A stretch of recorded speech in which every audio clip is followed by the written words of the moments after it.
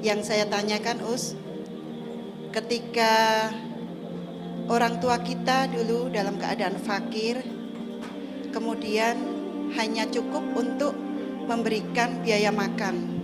Sementara untuk sekolah anak-anaknya mereka dapat biaya dari bidik misi. Kemudian anak tersebut dalam perjalanan menjadi seorang anak yang dititipi harta oleh Allah, dan anak-anaknya itu bisa berangkat haji dan bisa berumroh. Cuma yang mau saya tanyakan, apakah ketika orang tua kita dalam keadaan fakir atau miskin, kemudian pada waktu masa hidupnya dalam pikiran beliau tidak ada niat sedikit pun untuk berangkat haji karena memang keadaan biaya, apa sebagai anak-anaknya itu punya tanggung jawab untuk menghajikan atau mengumrohkan kedua orang tuanya itu tadi, seperti yang itu saja yang saya tanyakan. Wassalamualaikum warahmatullahi wabarakatuh. Ini di kitab Minhajul Muslim ya. Yu'minul muslimu bihaqil walidain alaihi wa wajibun birihima wa ta'atihima wal ihsan ilaihima likaunihima sababu wujudihi fahasbu wa likaunihima qadaman lahu minal jamili wal ma'ruf ma wajaba alahu mukafa'atuhuma bil mithl. Jadi kewajiban birrul walidain dalam kitab Minhajul Muslim itu memang wajib atas anak, karena orang tua itu menjadi sebab keberadaannya anak di dunia ya. Dan dulu orang tua telah memberikan segala-galanya untuk anak ya. Maka sudah sepantasnya kalau anak itu membalas kebaikan orang tua itu semisal. Nah, ini bagaimana halnya kalau anak pengen menghajikan orang tuanya yang dulu tidak mampu? Ya tentunya karena haji itu adalah urusan individu-individu ya.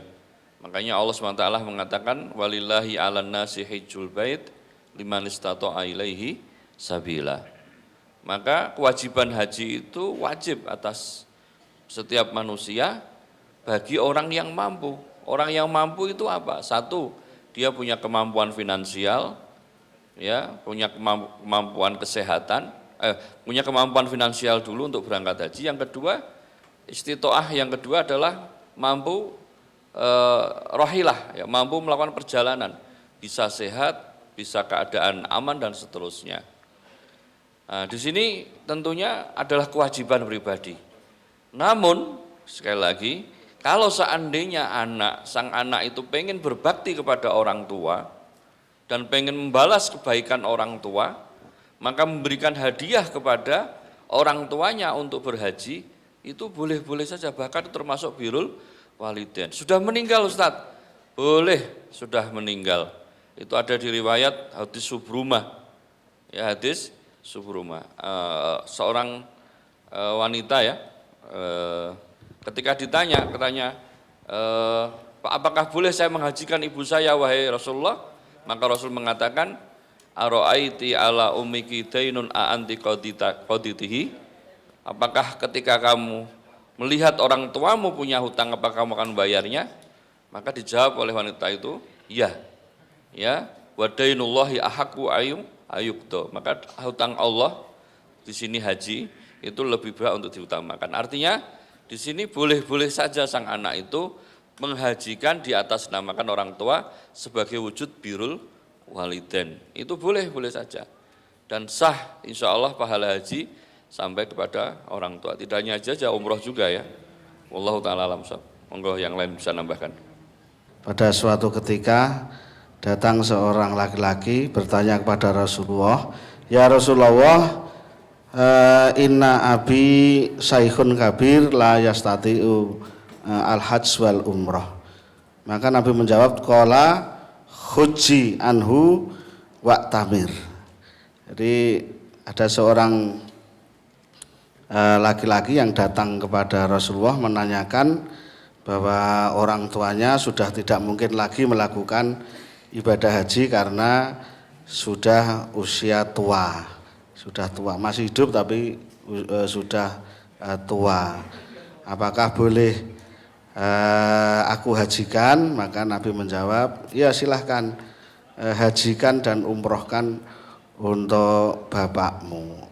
Bagi orang tua yang sudah renta, sudah pikun, akan tapi tidak mampu untuk melakukan perjalanan saja diperbolehkan, apalagi yang memang sudah tidak mungkin lagi melakukan sendiri karena sudah wafat. Wallahu alam bisawab. Saya tambahkan ya dari kitab lain yang diterbitkan oleh Lajnah Daimah Saudi Arabia. Di situ dijelaskan al-hajju faridotun ala kulli muslimin hurrin akilin baligin mustati isabil ila adaihi marotan fil umri. Jadi haji itu merupakan kewajiban bagi setiap muslim satu kali seumur hidup. Lanjutnya wa birrul walidaini wa i'anatuhuma ala adail wajibi amrun masyru'un. Jadi birrul walidain dan termasuk membantu dan menolong kedua orang tua di dalam melakukan sesuatu yang wajib, dalam tanda kutip di dalam konteks ini adalah haji tadi, itu amrun masyru'un biqadri thaqah. Itu adalah sesuatu yang disyariatkan sesuai kemampuan. Hanya saja saran ulama jika lebih baiknya adalah anaknya haji dulu atau haji bebarengan itu lebih baik. Gitu. Jadi kalau tidak bisa, jika di dalam prediksinya dia nanti bisa haji, itu tidak masalah dan amrun masyru', jadi sesuatu yang disyariatkan, dianjurkan begitulah. Meskipun para ulama tidak sampai dalam status wajib begitu, karena kewajiban dalam haji itu terikat dengan kemampuan personal, personal individu. Terima kasih. Assalamualaikum warahmatullahi wabarakatuh. Waalaikumsalam warahmatullahi wabarakatuh. Ya, saya wali santri, mantan wali santri anak saya yang sekolah di BIAS selama 9 tahun. Masya Allah, Masya Allah. Ya, yang ingin saya tanyakan sederhana saja, bagaimanakah bentuk penghormatan dan menjaga perasaan anak di waktu anak masih kecil gitu? Ini saya jawab hadisnya dulu. Rasulullah SAW bersabda, rahimallahu walidan a'ana ala waladihi ala birihi. Allah merahmati seorang orang tua, Allah akan merahmati orang tua yang mampu membantu anaknya untuk bisa berbakti kepada orang tuanya. Jadi kita mendidik putra-putri kita itu adalah wujud pertolongan kita orang tua untuk anak-anak kita. Agar apa? Agar bisa berbakti kepada orang tua. Ya. Kemudian dalam hadis yang lain juga Rasulullah mengatakan, malam yarham sohirona laisa minna, laisa minna malam yarham sohirona. Bukan golongan kami orang yang tidak mampu menghormati anak kecil. Dan tadi yang saya nukilkan dari perkataan ulama salaf, ya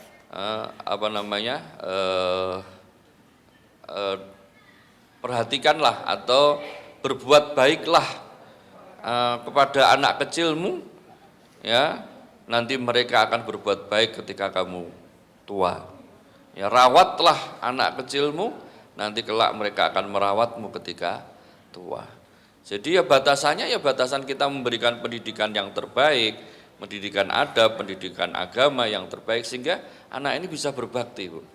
Kalau mereka sudah kita didik sejak dini dengan berbakti kepada orang tua, nanti ketika tua juga mereka akan berbuat semisal apa yang kita lakukan.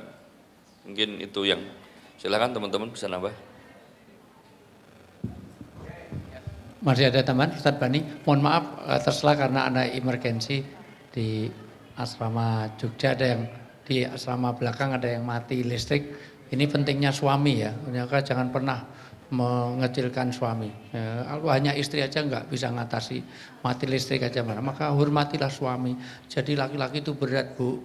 Oh, harta suami juga harta istri, tahu nggak? Dan dosa istri ditanggung suami. Harta istri, dosa istri ditanggung suami, dosa suami sendiri yang nanggung. Maka hormati, iya listrik itu ya. Iya.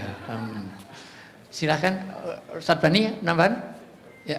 Bismillahirrahmanirrahim. Untuk jawaban bagaimana kita memperlakukan anak, mungkin saya lihat dari beberapa perbuatan para ulama yang masih hidup saat ini, yaitu di Mesir. Ketika itu karena kebetulan saya pernah di Mesir, ada salah satu ulama namanya Syekh Usamah Said Al-Azhari. Beliau bagaimana penyikapan terhadap anak. Jadi anak beliau dipanggil ya Sayyidi. Ya Sayyidi itu adalah sebuah ungkapan untuk memuliakan seseorang. Jadi dipanggil anaknya ya Sayyidi.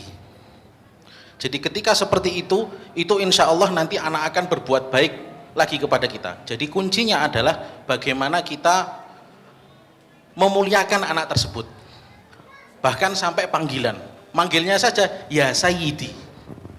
Ya Sayyidi itu bukan untuk sembarang orang, benar-benar untuk penghormatan orang yang lebih tinggi. Dan tidak hanya di situ, biasanya beberapa yang pernah saya lihat di sana adalah kebiasaan mencium tangan anak kecil malahan. Jadi malah tidak hanya sebuah adat anak kecil mencium tangan orang tua, tapi sebagai penghormatan karena ke depan yang akan meneruskan perjuangan dan apapun dari kita adalah anak kita, semacam itu. Jadi itu mungkin sebagai wujud penghormatan ketika kita memuliakan anak kita, insya Allah ke depan kita akan dimuliakan. Seperti itu. Sedikit, Ustaz. Ini penting tadi ya, dari pelajaran Alqomah tadi. Jadi memang jadi orang tua itu sabar Bu ya terhadap anak, jangan sembarangan ngomong. Nah kita marah jangan sembarangan mendoakan, seperti Juret tadi ya, ibunya kan kesel terus doain, kamu tidak akan mati melainkan kamu akan difitnah. Ya demikian juga kisah terjadi, ini pelajaran yang penting terhadap ibundanya Syekh Sudes. Ya, dikisahkan Syekh Sudes ketika kecil ini rada embedik Bu, kata orang Pati ya, beling. Jadi ketika ibunya sudah menyajikan makanan, sudah siap saji gitu, nunggu bapaknya, nunggu keluarga ngumpul, Syekh Sudes ini ngambil pasir, ditaruh di apa namanya, di nasi, di kuahnya. Ibunya kan kesel, ini sudah sepagian nyiapin makanan, ya malah dikasih pasir oleh Sudes. Masih kecil, apa kata beliau? Marah. Katanya, kamu sana ke Masjidil Haram, jadi imam kamu di sana, kan gitu. Jadi marahnya tuh doain Bu, doain baik maksudnya. Ya, qadarul masa, masya Allah ternyata Allah ijabai, saya sudah jadi imam di Masjidil Haram. Nah ini khawatir kalau kita nggak sabar doa yang muncul yang jelek. Nah ini jadi orang tua harus benar-benar berhati-hati terhadap hal seperti itu. Nah, tambah. Silakan. Ibu, belajar dari Nabi Nuh dan Nabi Ibrahim ya dalam Al-Quran ya. Itu ketika memanggil anaknya itu dengan redaksi ya bunayya. Ya bunayya irkam ma'ana. Itu Nabi Nuh ketika mengajak untuk naik ke kapal itu kan ya. Peristiwa banjir bandang itu, tsunami dalam sejarah pertama kali. Ya bunayya irkam ma'ana. Ayo naik bersama kami. Terus Nabi Ibrahim, ya bunayya inni arafil manami anni adbahu bak. Nah itu ya, dengan pakai ya bunayya. Itu dengan seigot tasghir dalam ilmu nahwu. Seigot tasghir itu diantara fungsinya adalah menunjukkan kasih sayang. Jadi memanggil anak gak sembarang, namanya disebut, enggak. Contoh Nabi Ibrahim, contoh Nabi Nuh dengan nama yang disenangi anak, menunjukkan sayangnya ibu kepada anak, menunjukkan sayangnya bapak kepada anak dengan memanggil yang terbaik. Itu diantara untuk menjaga perasaan anaknya. Demikian.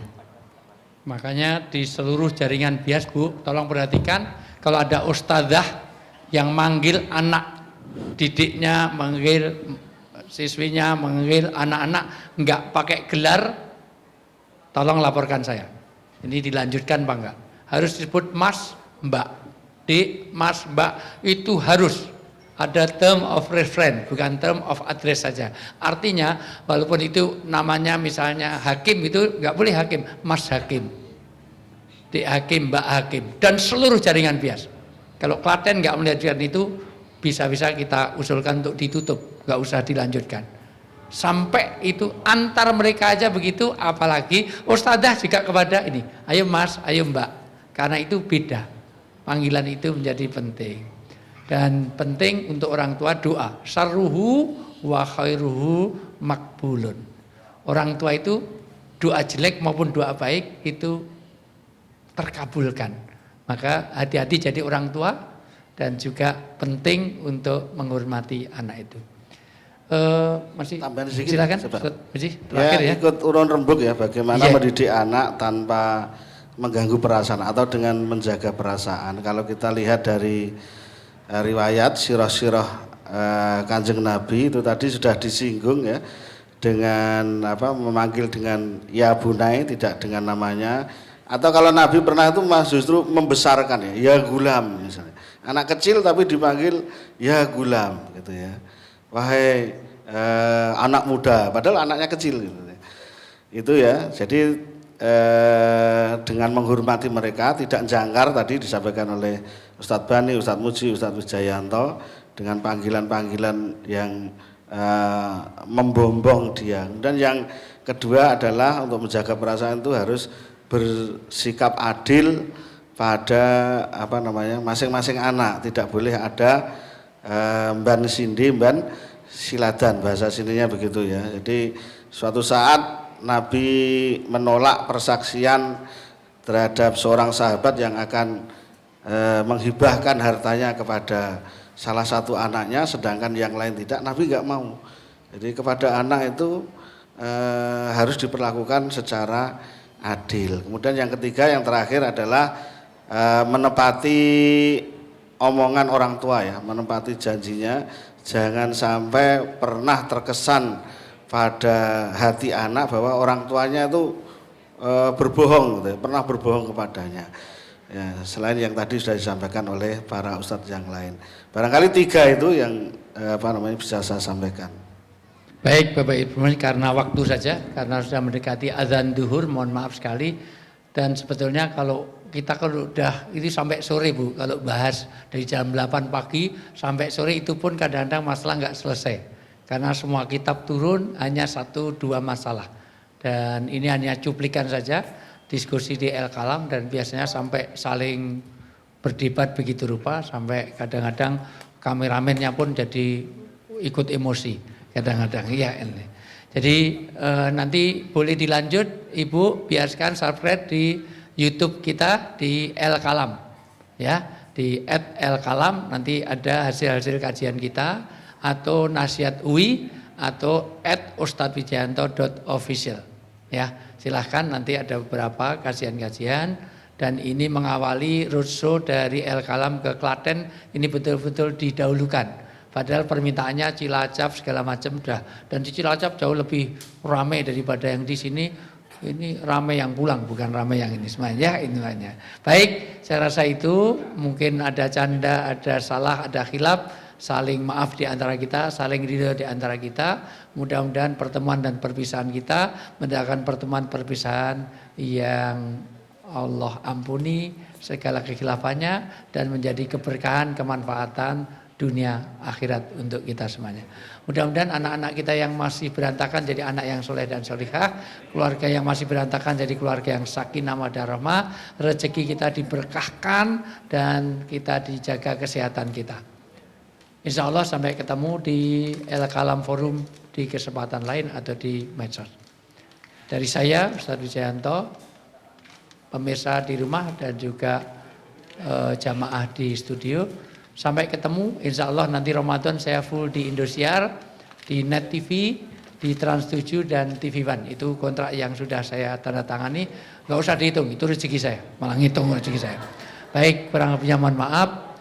Wallahu muwaffiq ila thoriq, billahi taufiq wal hidayah, nasrun minallah wa fathun qarib. Assalamualaikum warahmatullahi wabarakatuh. Waalaikumsalam warahmatullahi wabarakatuh.